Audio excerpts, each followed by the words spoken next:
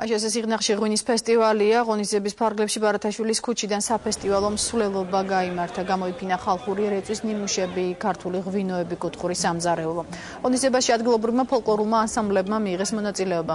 ფესტივალზე ღვინის 11 კომპანიამ საკუთარი პროდუქცია წარმოადგინა, მოეწყო ღვინის დეგუსტაცია.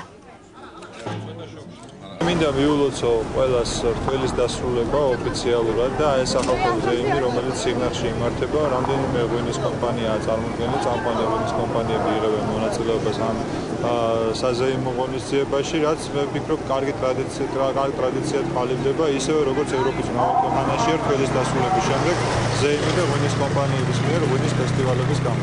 სიღნაღის დღევანდელი ღვინის ფესტივალი ეს იქნება დასაწყისი მთელი იმ ღონისძიებებისა, რომელიც დაგეგმილია არა მარტო წელს, არამედ გაგრძელდება მომავალ წელს. მე კიდევ ერთხელ გილოცავთ ყველას ამ წარმატებულ რთველს ქართული ღვინის პოპულარიზაცია არ იქნება რომელიმე ერთი უწყების გასაკეთებელი, ეს არის საერთო ქართული საქმე, რომელშიც ყველა ადამიანი უნდა იყოს ჩართული. ქართული ღვინო ძალიან გემრიელია, სწორედ ამიტომ მნიშვნელოვანია ჩვენთვის, რომ ეს ღვინო რუსეთშიც დაბრუნდეს. აუცილებელია, რომ ჩვენმა ხალხმა ესეთი გემრიელი ღვინო გასინჯოს.